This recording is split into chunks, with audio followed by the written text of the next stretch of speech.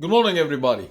I'm here to react to the video titled How to Control Your Mind by Dr. Vivek Bindra. Well, in all honesty, when I read the title of the video, I was very impressed. And I was very much glad that there is someone on the social media to address this issue, how to control your mind.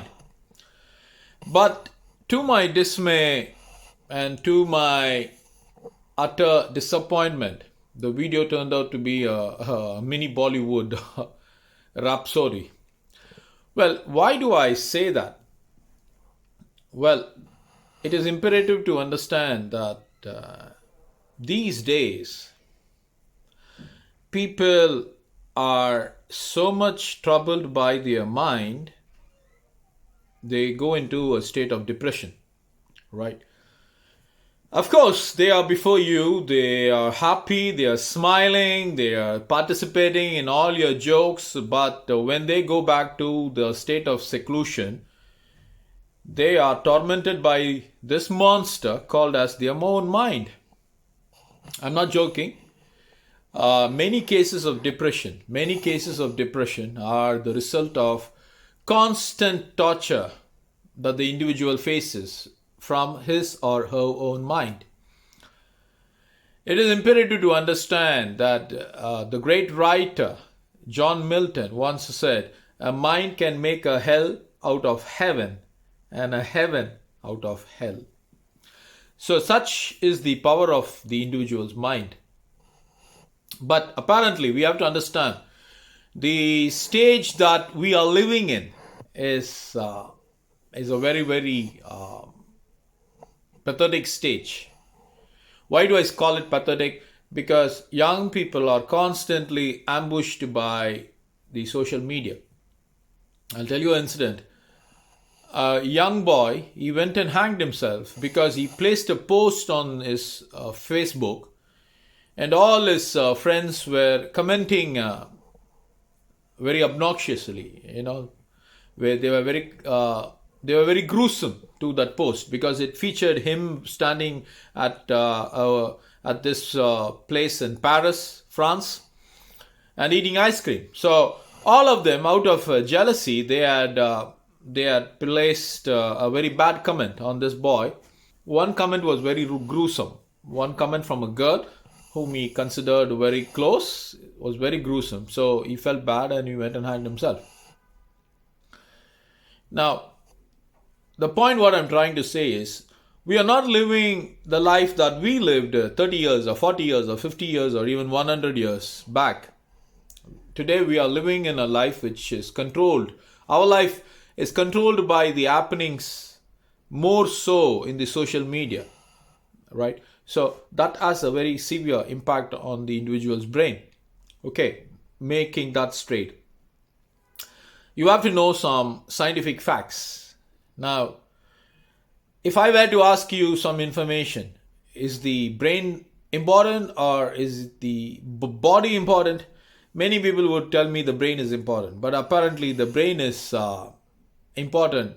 Brain has its importance of its own. But in the body, there is one particular part which is more important. That is the spinal cord. Now, the spinal cord transports information, sensory information to the brain via the peripheral nervous system, and then takes the motor information from the brain again through the peripheral nervous system and transports it to other body parts. The motor information. Where is the mind? Is the mind inside the brain? No. Of course, a lot of scientists say that the virtual part of the brain, the virtual representative of the brain is the mind. No. The mind is not the virtual representative of the brain. Of course, we use the brain to think and to carry out actions, but the mind is beyond all these or incomprehensible. You cannot comprehend the power of the mind.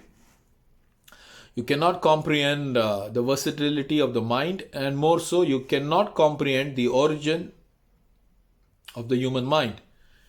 Scientists are trying, but it's impossible. Of course, people may say using technology, I would be able to depict or understand the mind of the other person. It's impossible. So the point what I'm trying to say here is, it is so complex that scientifically speaking, there is no concrete definition, either for its existence or for its origin. So where is the mind? Is the mind in the brain? No. Okay. So get that point. The point has not been addressed because you have to understand there are some fears that are generated in the heart of the individual that continually torments him or her. Number one, fear of the future. It is an absolute fear and an understandable fear. Why do I say that? Because we are living in an economy like that, right? You invest so much money in your education. Say you are doing your MBA.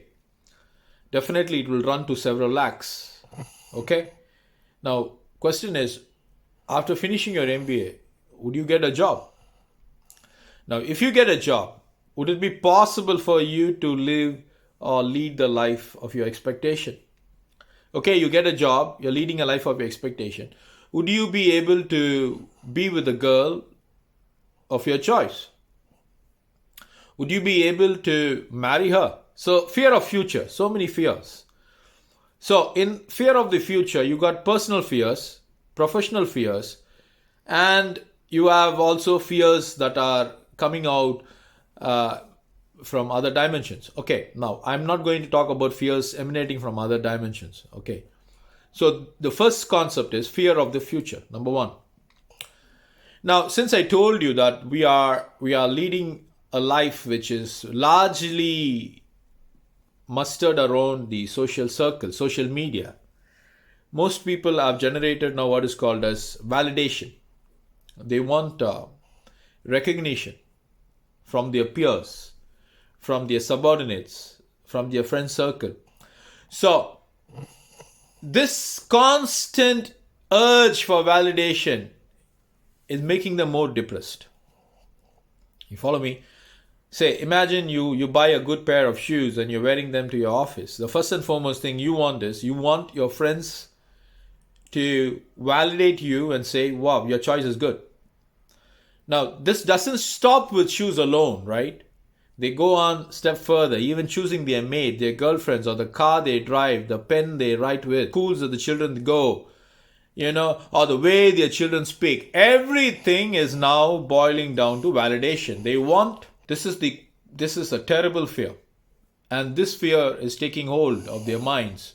And the mind is always ringing a voice deepest into them. Within the deepest of their deep thoughts, the mind is constantly telling them, look, do you think you will be able to get the recognition or the acclamation or the validation from your friend? Will your girlfriend appreciate you for these clothes? So this fear, this inner voice, the mind is throwing this inner voice constantly, right? So what would you do? How are you going to get over it? It's easily said. It's easily said.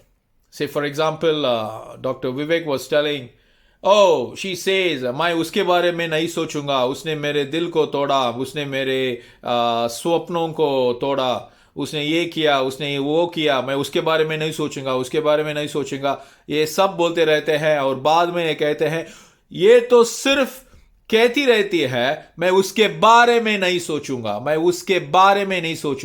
And then, so what he says is that, so instead of she saying, I will not think about him, I will not going to think about him, he broke my dreams, he shattered my future, he broke my heart. So he's telling all those things. So what he gives a replacement. He says, she should be thinking about her career. She should be thinking about her future. She should be thinking about her studies. She should be thinking about a prospective test that is coming in. So, इसके अलावा doctor विवेक क्या बोलते हैं, उसको क्या करना है, उसको तो अपनी फ्यूचर के बारे में सोचना है, जॉब के बारे में सोचना है, उसको तो अपनी पढ़ाई के बारे में सोचना है. मगर एक ही बहुत बड़ा प्रॉब्लम इसमें है. क्या प्रॉब्लम है? sochna. So Dr. Vivek says, instead of she saying, I'm not going to think about him, she should be saying, I'm going to think about my future. I'm going to be thinking about my job prospects. I'm going to be thinking about the oncoming tests. I'm going to thinking about my MBA admissions and such so on, so forth. But there is a huge problem with that. It is always about that keyword, think. No matter what you do, you are thinking. So naturally, the mind will come into place. So it's not a one-time situation. It's not a remedy. What Dr. Vivek is saying, it's not a remedy. It's not going to cure your thought process because you're thinking. But it always involves thinking. So how are you going to replace it? So this is the second fear. This is the second fear that people always encounter. Next point. Since this is a reaction video, I wish to go to the next point. Dr. Vivek is saying when you're traveling from Amritsar to Delhi, if the flight is encountering a turbulence, that immediately the flight attendant will say, okay, you fasten your seat belts and sit upright and then relax. Of course, just a correction in that particular point. The flight attendant never will use the word relax, for your information. All that the flight attendant would say is, the captain has turned on the seat fasten lights on. Kindly return to your seats. Fasten your seat belts. That's all. No further information, no further instruction would be given. Irrespective of whether they say the word relax or whether they do not say the word relax, naturally you are not going to be in a state of relaxed mode. Your mind is not going to be relaxing at all. Why? Because when the turbulency hits, turbulency have got 4 levels, okay? Level 1, level 2, level 3, level 4. Now, if it is level 3, it's something really serious. Okay, so that illustration is totally inappropriate. Okay, so the first illustration, he says instead of she saying I will not think, she should be thinking about her future, is irrelevant. Second illustration that he mentions is also irrelevant. Now the third illustration, he talks about the mind controlling the body. He says it's like a person, it's like a rider riding the horse. So he rides the horse. Whenever a boulder comes, he gives instruction to the horse to jump the boulder. So the horse does. Similarly, the second boulder he sees, he gives instruction to the horse to jump. It jumps. The third time, the rider sleeps and the horse jumps. So he talks about something like consistency, and then he says, now the mind is in control of the body. And people all applaud. I don't know why they applaud. Now, in what way that this example is going to be highlighting the point how to control your mind? That's a question. Next is it possible for a rider to fall asleep while the horse is moving at that pace? Is it possible? Is it pertinent to the topic, pertinent to the title of the video? It's impossible. And whenever you are riding the horse, the essence should be alertness. You got to be alert. Even though immaterial of you giving the instruction to the horse or not, even if you give the instruction to the horse and suitably maneuver it, the likelihood of horse tripping over is also there. The possibility is also there, right? So you need to have a plan B to fit in plan A. What happens if the horse slips over? Because the horse can also be tired, right? So I don't know how this example can be relevant to how can you control your mind. So that's my reaction. So the fourth example he talks about is the water continuously dripping on the rock. Well, is it possible for that to happen? Rocks do split, but they do not split because the water is continuously dropping on them. No, they split because of the abnormal force by which water gushes at them. That is how the rocks split. The force of the water, the turbulency of the water is simply unimaginable for the rocks to take on, right? So because of that, they split. Now, even if this example were to be relevant, it does not tell you how you can control your mind. No. What does it talk about? It talks about perseverance. Perseverance is not controlling your mind. Okay. Now, so much so. Now, he made another important point, okay, which needs a critical reaction. What he said? He said, don't tell a child, do not tell a child, don't do this, don't do that, but tell a child what a child has to do. No, there is just one problem with that. There is a proverbial saying which says, train the child the way the child has to grow, and when it has grown, it will not depart from its path. Now, be it living in a city, living in a country, or traveling to another country, or traveling in a plane, or entering a new airport, or meeting with a friend, anything for that matter, there are a set of do's and don'ts. Okay, let us take a scenario that you're traveling from one country to another country. You will have what is called as security check, right? And before the security check, it always says, do not carry firearms, do not carry sharp objects, do not carry alcohol, do not carry perfume beyond the limit of accepted levels of, say, 200 ml or 100 ml, and so on and so forth. So the point is, it is always do not.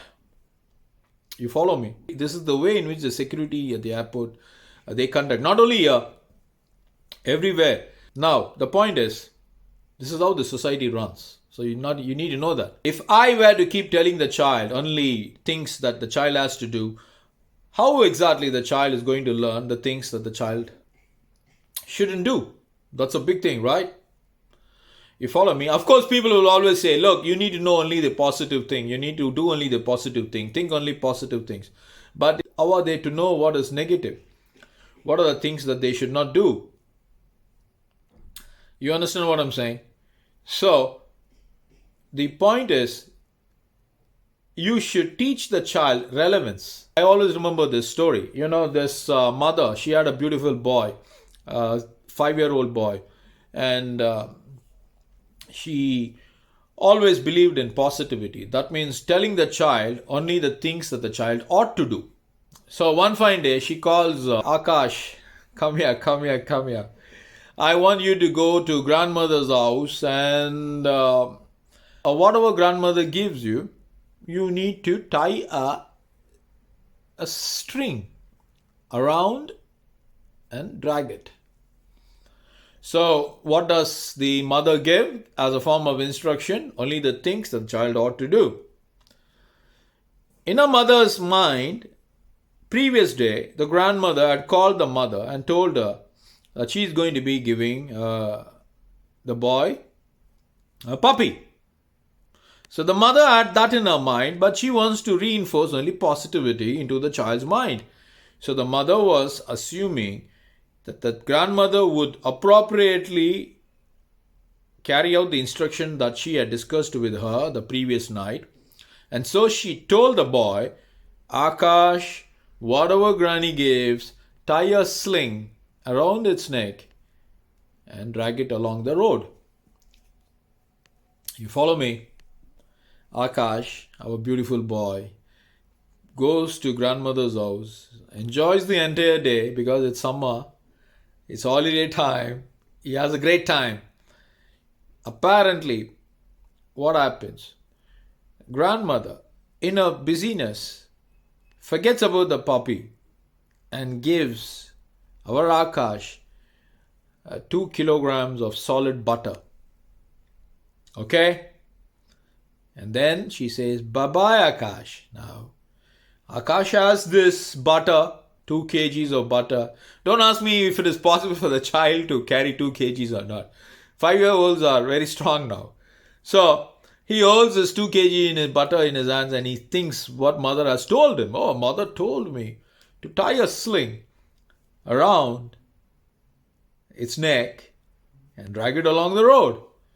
Akash ties a sling. Ties the rope, a small string, around the butter. And then drags it. And then knocks on the door.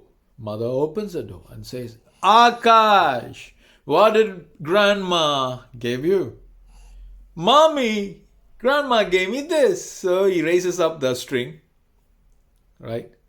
And shows to his mother what was left there. Dripping pieces of beautiful homemade butter. Soiled in dirt, in mud, and in mess. Can the mother use it? No.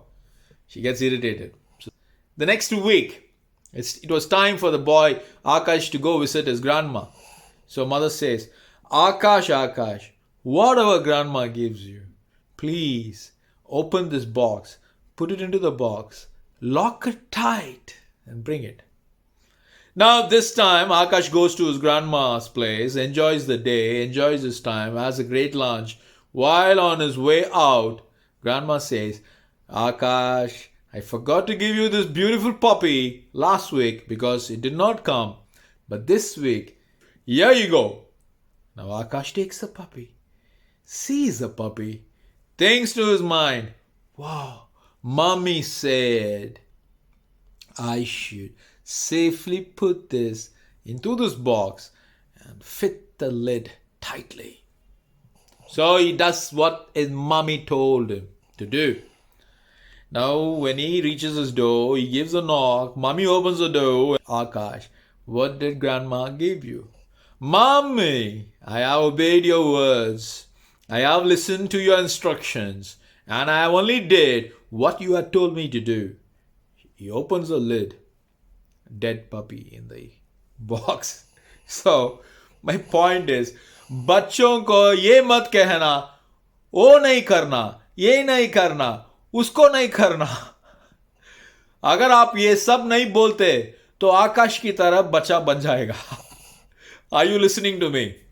If you don't tell a child, don't do this, don't do that, you have to be orderly. If you do not give the instruction, a child will simply follow what you have done, what you have told to the child, because that's the beauty of a child.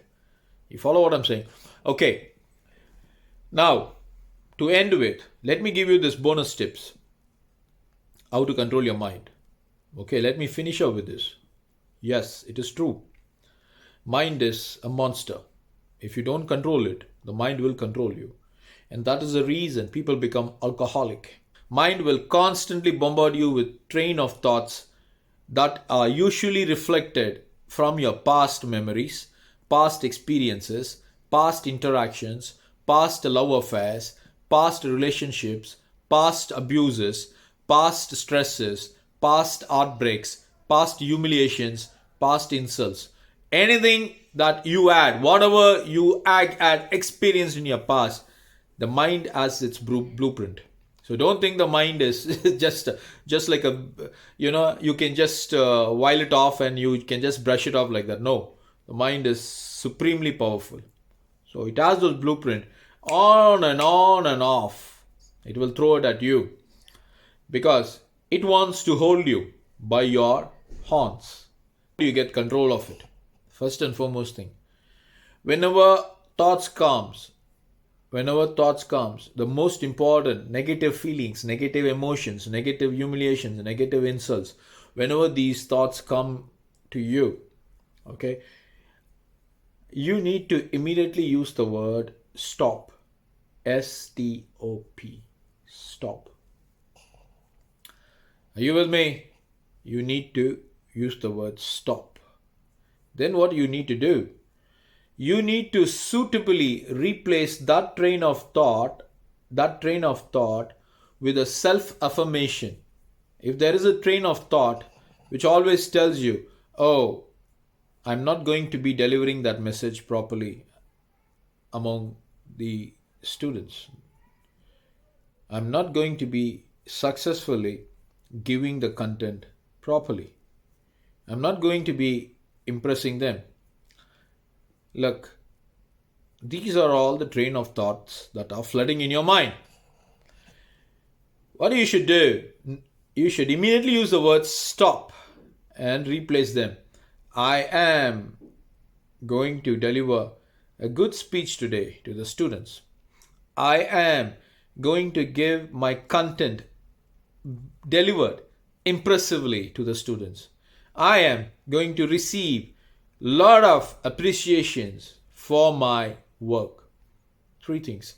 If three of these negative informations or negative thoughts are being flooded by your mind,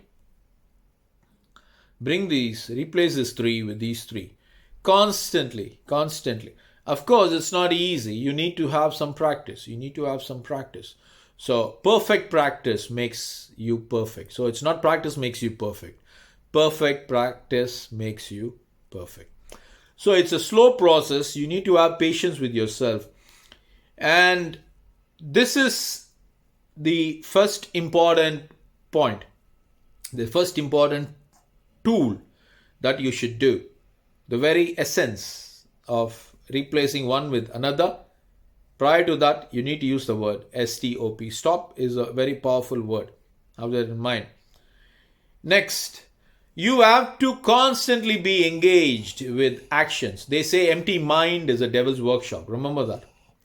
Whatever you might have a passion, you might have some interest in you. Say, if your interest is to teach children who cannot afford to go to schools, then pursue that interest. Of course, it's a challenge, right? Going and meeting these children and teaching them. Of course, you will have a lot of people commenting. Let them comment. They will always comment. Whether you do something good or whether you do something that is appropriate or inappropriate, they will always give a comment. So don't worry about that. Don't worry about validations at all. Just push yourself forward and do your duty. Doing your duty is your responsibility. Expecting the fruits is not your authority. Most important thing, I hope I have given you a considerable reaction to this video. Thank you.